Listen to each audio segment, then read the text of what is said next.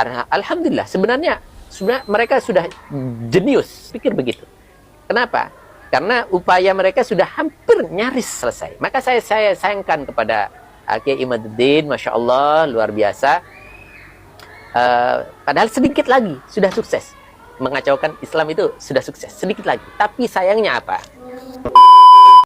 Viral teman-teman, Mama Gufron Al-Bantani jawab tegas kepada netizen yang menuduhnya sesat. Mari kita lihat dulu videonya teman-teman, ini lucu sih. Yuk kita bareng-bareng sama-sama. Abuya Mama Armin Cibuntu mendidik saya lillah dan lillahi ta'ala. Benar-benar, waduh, Masya Allah, Alhamdulillah saya punya guru Abuya Mama Armin Cibuntu. Alhamdulillah. Gurunya siapa? Coba pakai itu, pakai suara. Gurunya siapa? Saya Asnawi Caringin. Terus gurunya lagi? Saya Abdul Karim Banten. Siapa lagi? Saya Nawawi Al-Bantani. Siapa lagi? Sama Khodib Sambas. Apa saya sesat berguru ke situ? Hah? Apakah sesat saya berguru ke situ? Wani-wani nyebut sesat ke saya. Sudah kapan tilakatnya? Sudah kapan cinta kepada negaranya, cinta kepada rakyatnya? Saya topati jiwa raga. Yuk kita bareng-bareng sama-sama.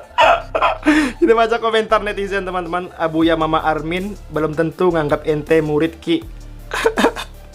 Betul, baru mendengar punya murid Gufron. Motor anak buahnya dapat apa belum? Motornya udah ketemu. Alhamdulillah udah Bib. Gurunya Gufron Ali Muhtar Ngabalin. Ya siapa lagi? Kok nanya orang lain, kan dia sendiri muridnya. Ya itu kelebihannya, ngaku murid Mama Armin tapi disuruh apa-apa diserahin ke muridnya. Nggak tahu ya, Gufron. Kiai pribumi ya Mama Gufron. Mama Gufron berguru ke Abuya Mama Armin, belajar apa ya? Ngaji aja nggak bisa kok. Iya, ngaji aja nggak bisa ya si Gufron ini teman-teman. Next. Ya Allah ya Robi, mubahalah di tengah hujan dan petir. Muhibin, Habis saya diminta untuk waduh, bermubahalah di tengah hujan, di mana ada petir yang menggelegar. Saat ini barusan ada petir yang menggelegar. Ya Allah, Engkau Maha Kuasa, bisa mematikan saya kapan saja. Oleh karena itu hamba bermubahalah, ya Allah, apabila Habaib itu keturunan Nabi Muhammad, hamba mohon dengan sangat agar hamba disambar petir seketika dan mati seketika dalam hitungan ke-10. 1, 2, 3, 4, 5, 6, 7, 8, 9, 10. Terima kasih ya Allah, hamba Engkau tidak mengirimkan petir kepada saya. Berarti yang namanya Habaib itu adalah bukan keturunan Nabi Muhammad. Terima kasih ya Allah, Engkau telah menyelamatkan hidup saya. Kek, udah tua loh, udah tua ya teman-teman. Ya Allah, nggak sekarang nanti ada saatnya bos. Ya pastilah. Waduh, santai kali jawabannya ya. Ya semoga aja setelah mati dipetir ya, setelah meninggal diazab dipetir, hidup lagi dipetir, hidup lagi dipetir, hidup lagi ya. Amin. Kita doakan teman-teman semua ya. Kalau benar Habaib Alawi itu keturunan Nabi Muhammad, orang ini ya pasti akan diazab teman-teman semua ya. Oke, next. Assalamualaikum warahmatullahi wabarakatuh. Sahabat kaum muslimin, subscriber channel Benteng Akidah dimanapun Anda berada, dan follower Spirit UMF dimanapun Anda berada, dan juga saudaraku sebangsa setanah air dimanapun Anda berada. Beberapa hari terakhir, tepatnya kurang lebih 1 bulan lebih ya, terakhir ini saya terus mengamati dan terus mengikuti ya, hanya mengintip saja, karena sebagian besar waktu pagi, siang, sore, dan malam, kadang sampai jam dini hari itu masih ada tamu terus dari dalam dan luar kota. Alhamdulillah, jazakumullah ahsan jaza atas doa-doanya semuanya. Dan kembali lagi kepada adanya fenomena alam, adanya beberapa efek atau ekses daripada grand design. Orang-orang yang ingin menghancurkan Islam, orang-orang yang tidak ingin Islam bersatu, entah itu dengan niat tulus dan murninya dari diri sendiri, atau yang kedua, karena dimanfaatkan oleh orang-orang yang tidak suka terhadap Islam dengan mendapatkan acuan dan lain sebagainya. Wallahu alam. Intinya pada kesimpulannya yang menjadi korban adalah Islam itu sendiri. Namun bagaimanapun wa ya'ballahu illa yutimma nurah, bagaimanapun Allah tidak akan membiarkan itu semuanya terjadi terhadap Islam, sehingga Islam yang mempunyai slogan Islam agama damai akan selamanya damai, insya Allah.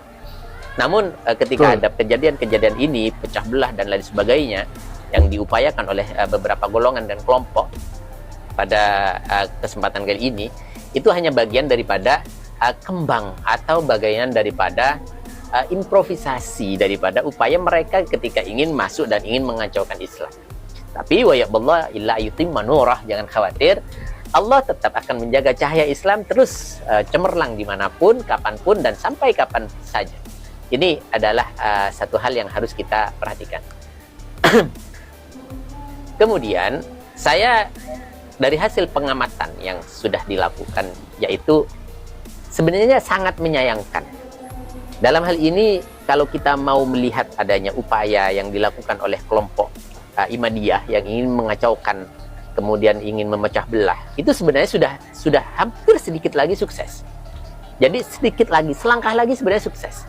Artinya bagaimana coba kita lihat antara kubu A dan B, antara pro dan yang kontra.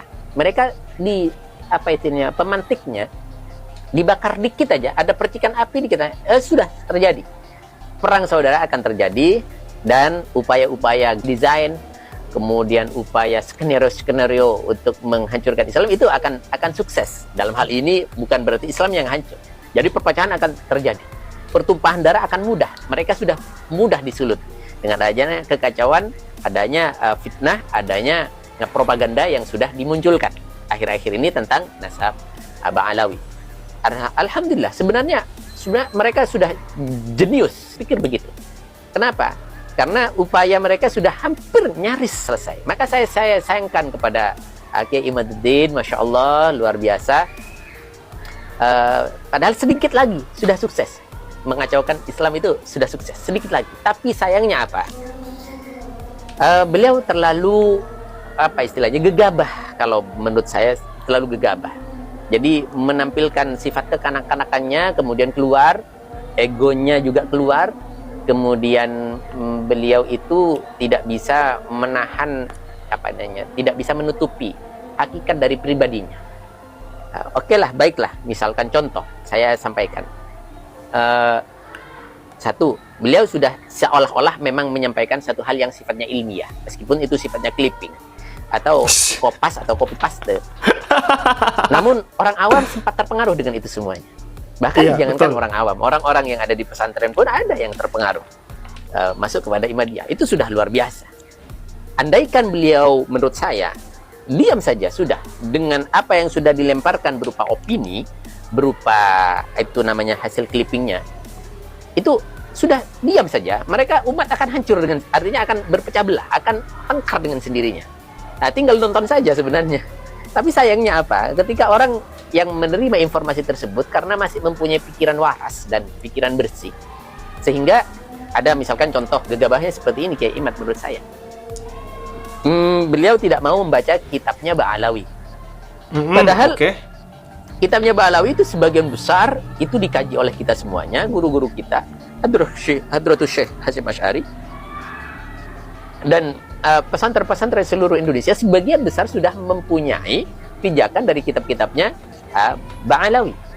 Ini sebenarnya satu kesalahan fatal menurut saya. Artinya sehingga menurut saya untuk memecah umat ini kemudian tidak sukses. Andaikan itu tidak dikeluarkan statementnya, insya Allah masih berjalan dengan baik lah.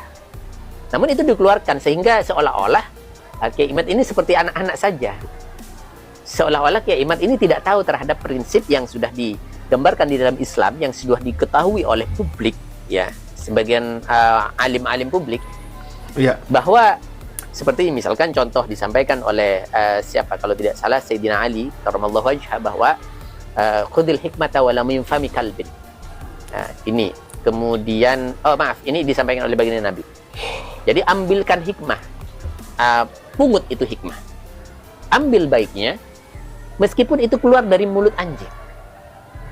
Sehingga kita lihat dan kita tahu sendiri bahwa Ba'alawi, oke lah, menurut Kiai Imad itu bukan keturunan Nabi. Oke lah. Bahkan menurut Kiai Imad orang Yahudi sekalipun. Tapi apa yang disampaikan itu bersumber daripada Rasulullah SAW.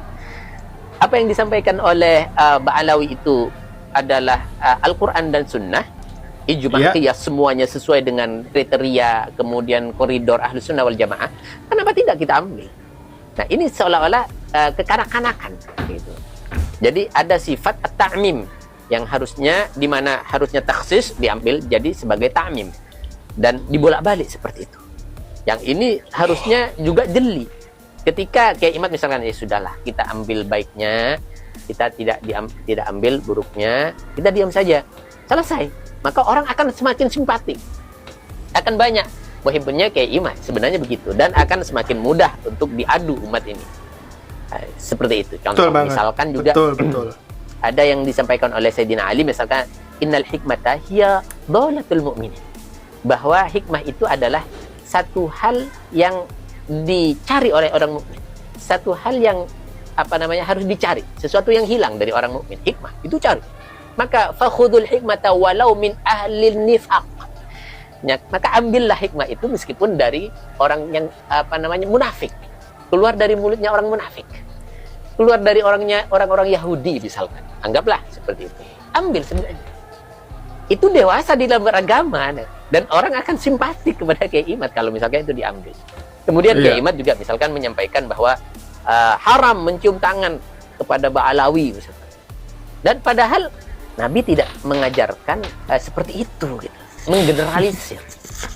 Dan Nabi mengatakan tidak beriman orang yang tidak hormat kepada yang lebih tua dan tidak mengisi kepada yang lebih muda. Ini maka satu hal yang juga sifatnya kontradiktif dengan keislaman Kiai Imad. Sehingga simpatik dari masyarakat itu mulai menjadi antipati. Padahal itu sudah diketahui oleh orang-orang ulama-ulama alim dan juga oleh publik pada umumnya. Misalkan laisa minna man lam yurham saghirana wa yuqir kabirana, bahwa siapa yang tidak menghormati yang lebih tua dan tidak menyayangi yang lebih muda itu bukan bagianku, kata Nabi Sallallahu Alaihi Wasallam. Jadi kalau misalkan saya berhenti nyium tangannya, haram mencium tangannya Ba'alawi, ini sangat kekanak-kanakan dan kontradiktif dengan ajaran Rasulullah SAW. Kemudian secara tidak langsung misalkan mengatakan Roma Irama wali hanya karena mendukung tulisannya dia sendiri, mendukung clippingnya. Padahal wali itu bukan dari masalah tesis dan clipping dan lain sebagainya. Dan Rasulullah SAW menyampaikan kalau tidak salah begini, bahwasanya inna awliya Allah lam yanalu sa'ata rahmatillah bikasratil ibadah walakin yanaluha bisakhawatin nafsi wal istihanati bid dunya. Jadi orang wali itu yang diangkat oleh Allah derajatnya bukan karena ikut tesis atau apapun saja, tapi mereka dengan dia bisa merendah diri, mengambil yang benar adalah benar, yang salah ya sudah tidak dikomentari, dan itu dijaga. Itu satu pandangan dari Al-Fakir, kurang lebihnya mohon maaf. Semoga bermanfaat dan kita kawal terus persatuan Islam insyaallah. Assalamualaikum warahmatullahi wabarakatuh. Luar biasa pendapat daripada Gus Pahim ya teman-teman, Kiai Pahim, mengenai sedikit lagi sebenarnya Imaduddin ini sukses memecah belah umat Islam Indonesia. Sayangnya sifat kekanak-kanakannya membuat orang tidak simpati kepada dia. Begini ya teman-teman, tesis kemudian ngangkat orang jadi wali, ya. Kemudian cium tangan Habib haram katanya. Kan ini nggak logis, Nabi Muhammad saja nggak pernah mengatakan seperti itu. Ya seperti itulah teman-teman, namanya juga Mukimat, sekte Imadiyah, ya kan. Auzubillah min zalik, bersama geng begal nasabnya. Ya Allah, ya kita doakan semoga mereka dapat hidayah teman-teman, amin. Sekian video kali ini, jangan lupa subscribe MPH channel teman-teman. Terima kasih, assalamualaikum.